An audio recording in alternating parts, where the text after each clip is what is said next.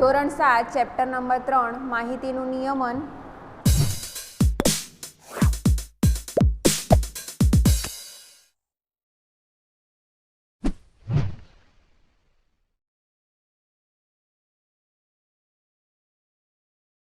આજે આપણે આલેખ જોઈશું. આલેખ નંબર 7 ઉદાહરણ નંબર 10 જે પાઠ્યપુસ્તકના પાના નંબર 71 ઉપર છે.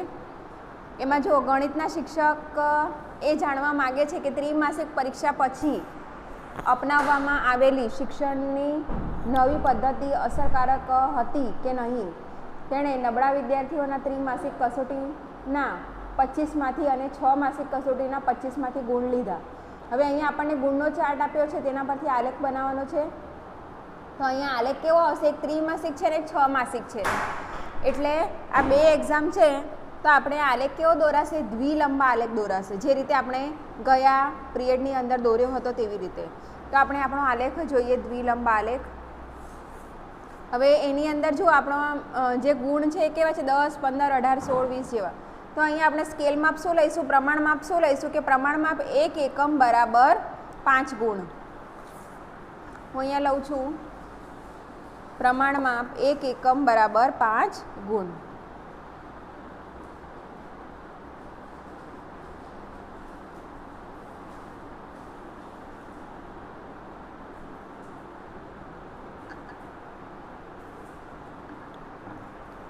હવે આપણે પાંચ ગુણ લઈએ. 5, 10, 15, 20, 25, 30, 35, 40, બરાબર. 40 સુધી લઉં છું કેમ કે વધારે માર્ક્સ આપણે દર્શાવવામાં આવવાના નથી એટલે. હવે જુઓ, ત્રિમાસિક છે અને 6 માસિક છે. તો હું અહીંયા લખું છું ત્રિમાસિકને હું આ રીતે બતાવીશ ખાલી બોક્સ તરીકે, અને 6 માસિકને આ રીતે બતાવીશ. તો પહેલો આપણો વિદ્યાર્થી છે આશીષ.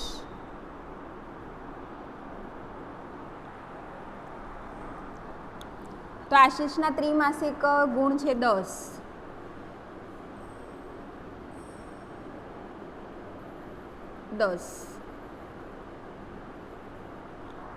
અને 6 માસિક ગુણ છે 15.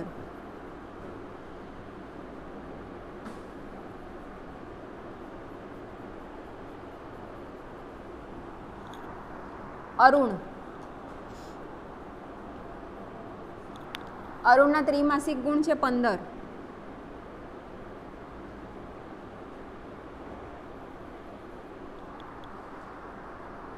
અને 6 માસિક ગુણ છે 18.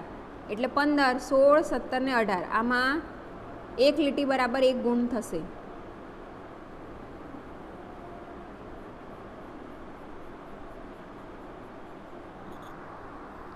કવિશ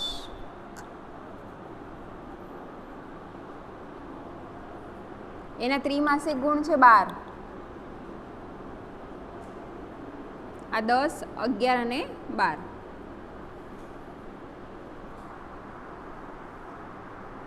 6 માસિક ગુણ છે 16. 15 થી ઉપર એક લીટી.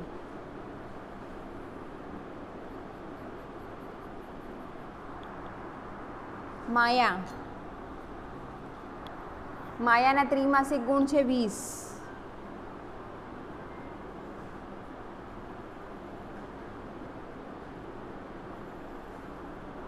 અને 6 માસિક ગુણ છે 21.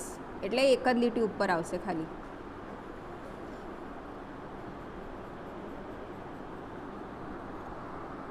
રીટાના છે ત્રિમાસિક ગુણ 9. 10 ની નીચે એક લીટી આવશે. અને 6 માસિક ગુણ છે એના 15.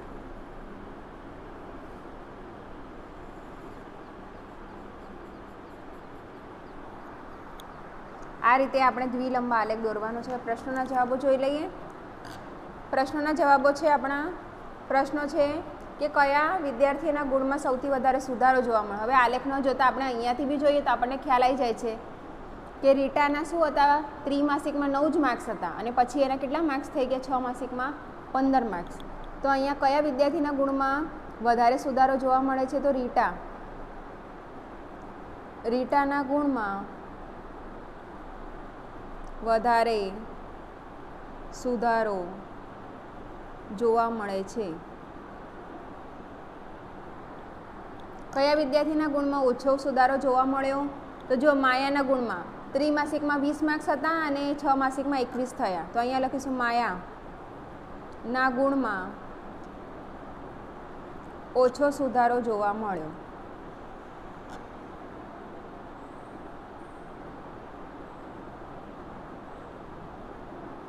વાય અક્ષ પર પ્રમાણમાપ કેટલું લેશો? તો 1 એકમ બરાબર 5 ગુણ.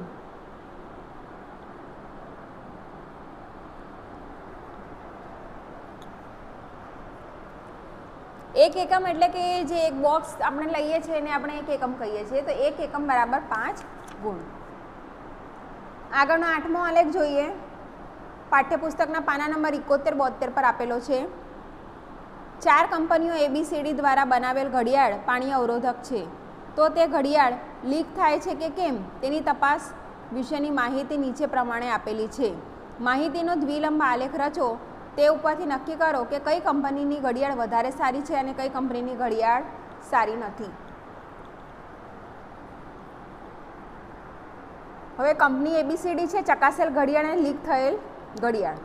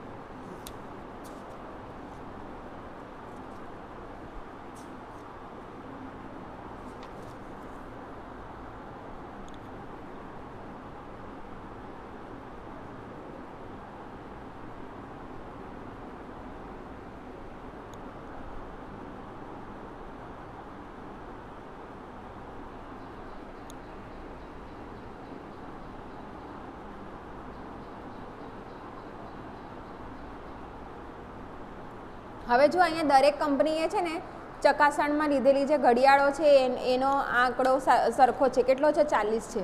અહીંયા આપણે પ્રમાણમાપ કેટલું લઈશું? 1 એકમ બરાબર 10 ઘડિયાળ. અહીંયા પહેલાં લખી દઈએ.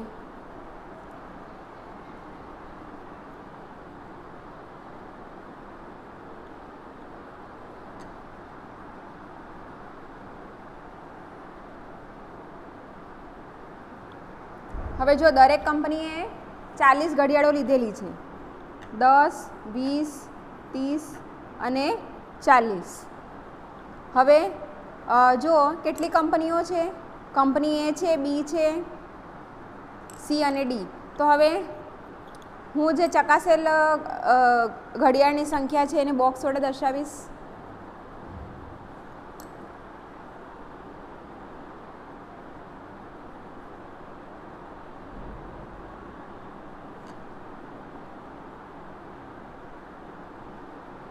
અને લીક થયેલ ઘડિયાળની સંખ્યા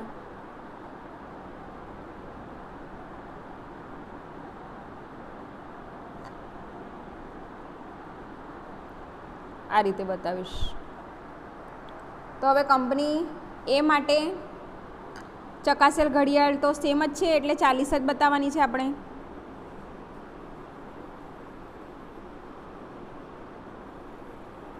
અને લીક થયેલ 20 છે.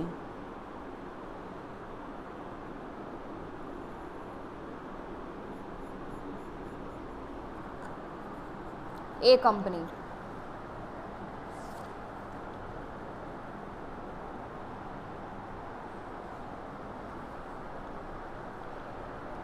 B કંપની માટે પણ તે જ રીતે ચકાસેલ તો સરખી જ છે.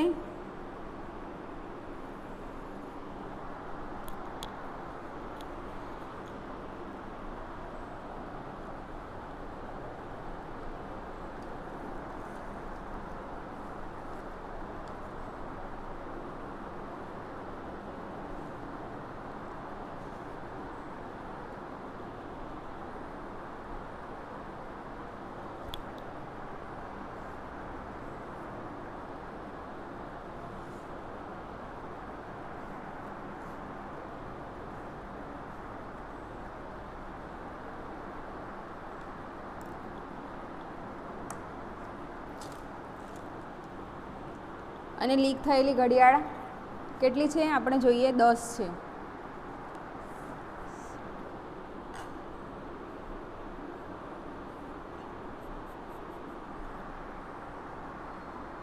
સી કંપની માટે ચકાસેલ ઘડિયાળ કેટલી છે 40 જ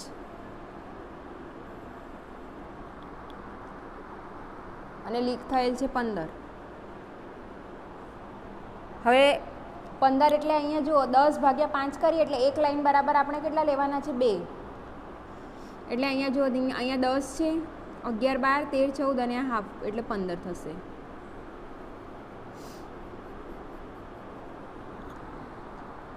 ડી કંપની માટે જોઈએ ચકાસેલ ઘડિયાળ એટલી ને એટલી જ છે 40 અને લીક થયેલી ઘડિયાળ જે છે એ કેટલી છે 25. તો અહીંયા 20 અને 20 ઉપર 22 23 24 અને આ અડધું એટલે 25 થશે.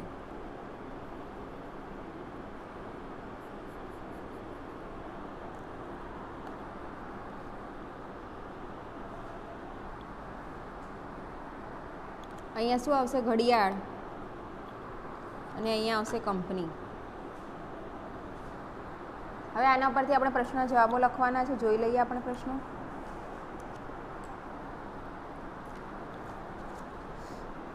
શું છે પહેલો પ્રશ્ન કે કઈ કંપનીની ઘડિયાળ વધારે સારી છે. હવે વધારે સારી છે એ જોવા આપણે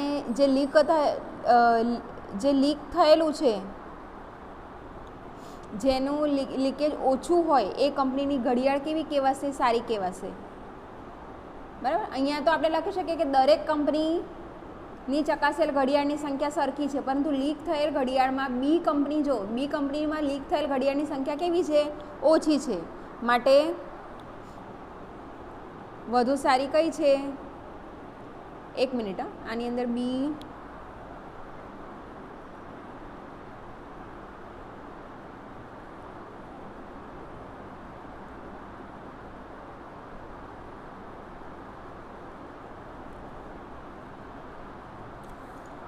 બરાબર. આમાં બી જે છે બી કંપની આપણને સૌથી સારી કેમ કે આમાં 10 જ છે એટલા માટે. અને કઈ કંપનીની ઘડિયાળ સારી નથી તો જેની વધારે લીકેજ થાય એ કઈ છે ડી કંપની છે. ડીની કેવી થાય છે વધારે લીકેજ થાય છે. તો અહીંયા આપણે લખી શકીએ કે દરેક કંપનીની ચકાસેલ ઘડિયાળની સંખ્યા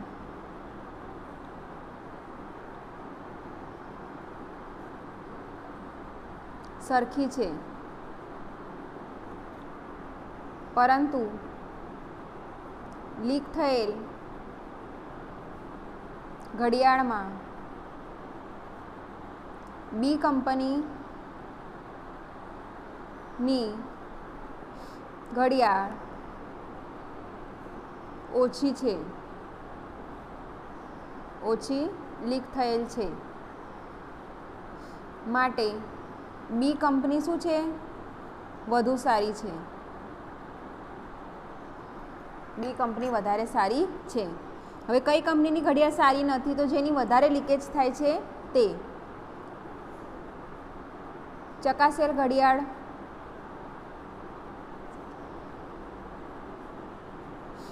માંથી ડી કંપની દ્વારા લીક થયેલ ઘડિયાળ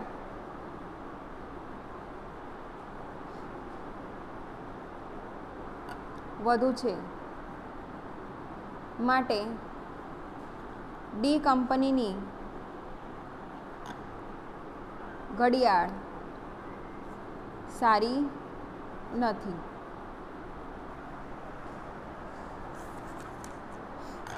નવમો આલેખ દાખલો નંબર બીજો પ્રયત્ન કરોનો કે પાઠ્યપુસ્તકના પાના નંબર 72 પર છે. નીચેના વર્ષ આપ્યા છે 95, 96, 97, 98. તેમાં વેચાયેલા અંગ્રેજી હિન્દી વિષયની ચોપડીઓની સંખ્યા આપી છે અને તે પ્રમાણે આપણે લંબ આલેખ દોરવાનો છે. તો અહીંયા આપણે પ્રમાણ માપ લઈ લઈશું. પહેલાં 1 એકમ બરાબર 100 પુસ્તકો 50 પુસ્તકો લઈએ કેમ કે 650 છે પછી 550 છે એટલા માટે. બરાબર. અહીંયા લખીએ પ્રમાણ માપ બરાબર 1 એકમ બરાબર 50 પુસ્તકો.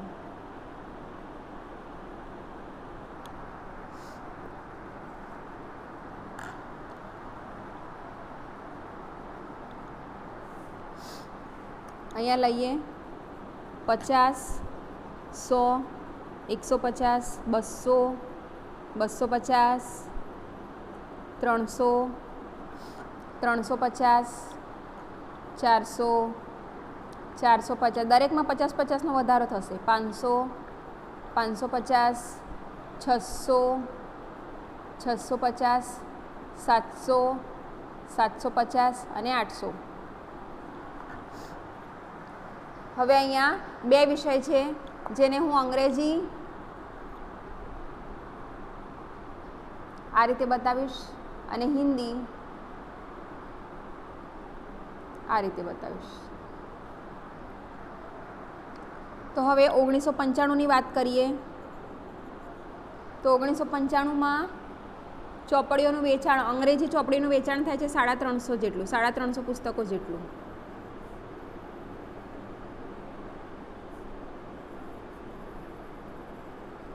આ અંગ્રેજીની ચોપડી છે અને હિન્દીની ચોપડીનું વેચાણ થાય છે 500 ચોપડીઓ જેટલું.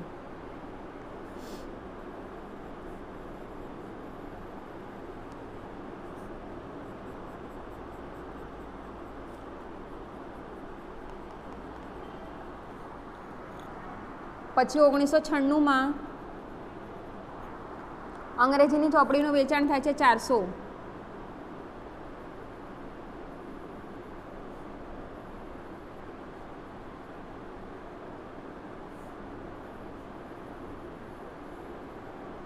અને હિન્દીની ચોપડીનું વેચાણ છે 525.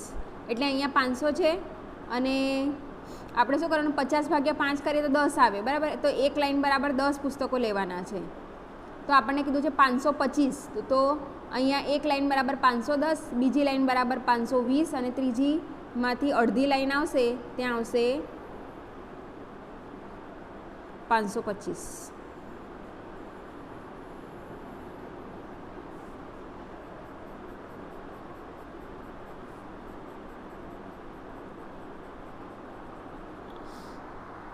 પછી 1997ની વાત કરીએ તો એમાં અંગ્રેજીનું વેચાણ છે 450, 450 અંગ્રેજીનું પુસ્તક.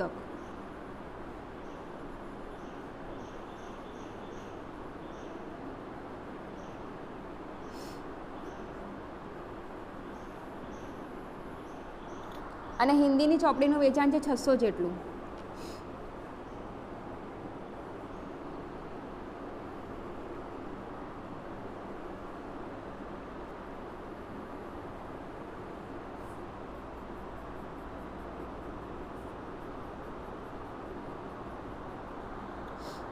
પછી 1998માં જોઈએ તો અંગ્રેજીની ચોપડી છે 620 જેટલી. એટલે અહીંયા 600 છે અને આ 10 અને આ 20 એટલે અહીંયા આવશે 620.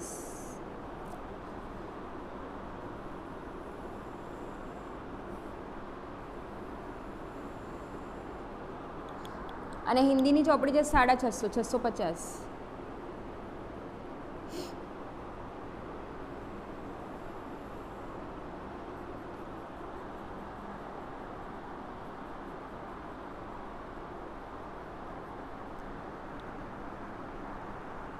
પછી પ્રશ્નના જવાબો જોઈ લઈએ.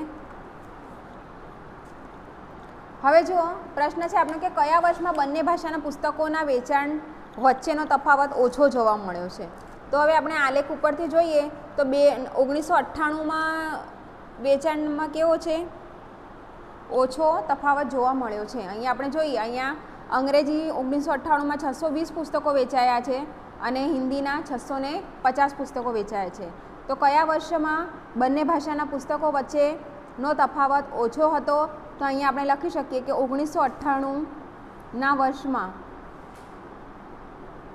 બંને ભાષાના પુસ્તકોના વેચાણ વચ્ચેનો તફાવત ઓછો હતો. લખીએ 650 માઇનસ 620 બરાબર કેટલો આવશે 30.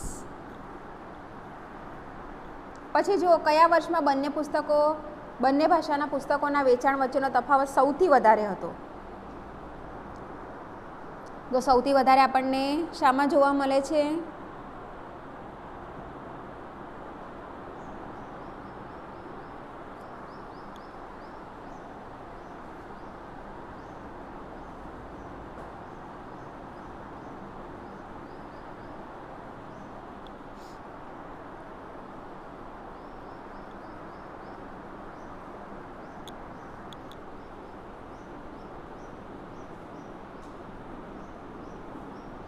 કયા વર્ષમાં બંને ભાષાના પુસ્તકોના વેચાણ વચ્ચેનો તફાવત સૌથી વધારે હતો? હવે આ વર્ષમાં 1995માં જોઈએ તો અહીંયા જુઓ 150 થશે હિન્દી અને અંગ્રેજીમાં, અને આપણે આમ તો 1997માં બી જોઈશું તો 150 જ થશે બંને વચ્ચેનો તફાવત. તો અહીંયા આપણે બે વર્ષ લખી શકીએ કે કયા વર્ષમાં, તો 1995 અને 1997 બંને વર્ષમાં બંને ભાષાના પુસ્તકોના વેચાણ વચ્ચેનો તફાવત વધારે હતો. શું તમે કહી શકો છો કે અંગ્રેજી વિષયના પુસ્તકોની માંગ ઝડપથી વધી છે? કારણ આપો. તો જો અંગ્રેજી પુસ્તકોનું વેચાણ 1995થી લઈને 1998 દરમિયાન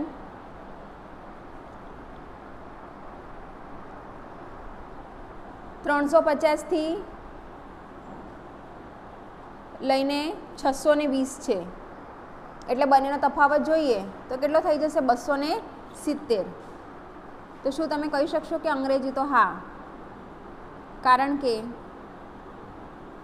વર્ષ 1995થી 1998 દરમિયાન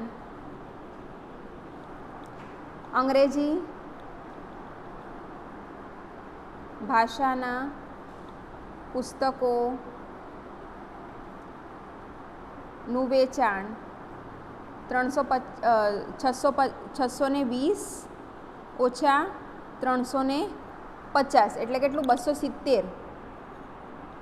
અને હિન્દીના પુસ્તકો 650 માઇનસ કેટલું થયું છે? 500 બરાબર 150. આમ અંગ્રેજીના પુસ્તકોનું વેચાણ ઝડપથી વધ્યું છે તેમ કહેવાય.